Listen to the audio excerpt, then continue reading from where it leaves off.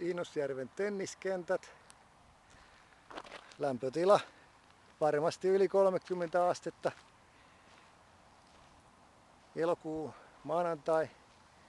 Tulin hyvästelee hyvät kentät. Tällaisilla kentillä on hyvä harjoitella, ottaa haasteotteluita ja nämä on vielä elokuun puoleen väliin vapaana. Ja yhteystiedot videolla ja blogissa olen käytettävissä.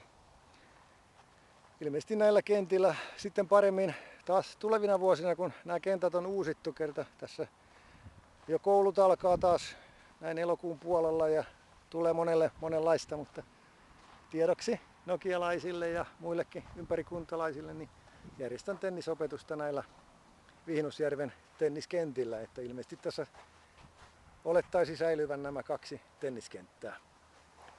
Ja yhteystiedot videolla ja blogissa ja jatkamme harjoitteluita joko yksin, kaksin tai isompana tennisryhmänä tilanteen mukaan. Se on morjes!